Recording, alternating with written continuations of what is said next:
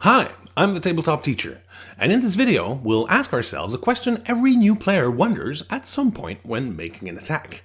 Do I have to use this power? This video was a request from my very first patron, Josh. Thank you very much for your pledge. I hope this answers your question. In Heroclix, there are some powers you can use, some you may use, and some that simply activate on their own. The language can sometimes be a little counterintuitive, and I'm guessing a lot of this will be addressed in the upcoming 2017 rules. But in the meantime, here's the gist of it.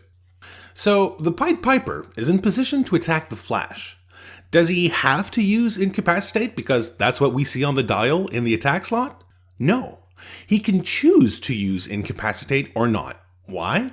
Well, in the 2015 Powers and Abilities card, this is how Incapacitate is worded.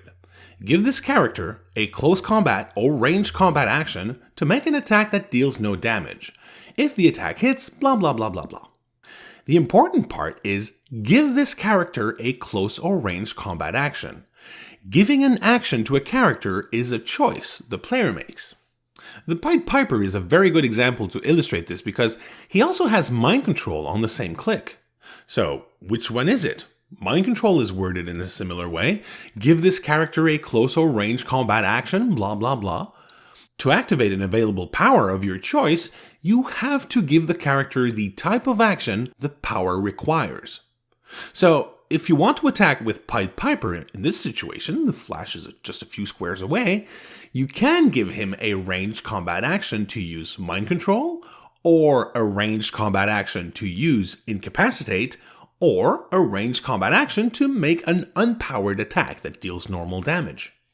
In short, giving a power action, a move action, a free action, a close or ranged combat action is a choice the player makes. Several powers allow you to do something but don't force you to do so. Willpower is a good example. This character may ignore pushing damage. Now, if you want to, you can push this character and take the pushing damage. This can be useful when you want to access some other powers on the dial. Whenever you read that character may do this or that, you don't have to, you choose to. When one of your characters has shape change and is targeted by an attack, you don't have to roll a d6 to eventually avoid being targeted. You may roll a d6.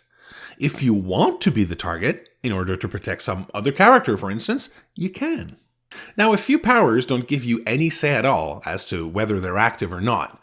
If they show up on the dial or are part of a trait or something similar, your character has that power. Battle Fury is one such case. Look at the 2015 wording. This character ignores shape change, can't make ranged combat attacks, can't be carried, and can't be targeted by Incapacitate or Mind Control. It doesn't say you may ignore shape change or that you may choose not to be targeted by Incapacitate. What's a little confusing here is that sometimes some game effects read as follows. This character can use Battle Fury. The can kind of leads you to believe that there's a choice to be made here, but there's not. When a character can use a power that doesn't give any choice in its wording, like Earthbound Neutralized, Stealth, Combat Reflexes, Toughness, Steel Energy, and others, that power is activated. It's just on. This is usually the case for powers that don't start with give this character a certain action, or don't include a phrase that says you may do something. There are more subtle cases you'll encounter as you play and discover new powers and combinations, but these three principles should help you clarify most cases. When it's your turn, giving an action to a character is a choice you make.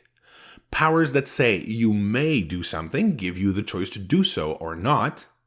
Other powers that are worded in a way that doesn't leave a choice to the player are active when they show up on the dial. I hope this will help you get a better sense of the wording of powers until the 2017 rules arrive. Don't forget to like this video, subscribe to the Tabletop Teacher, consider becoming a patron if you can, and as always, thanks for playing with me.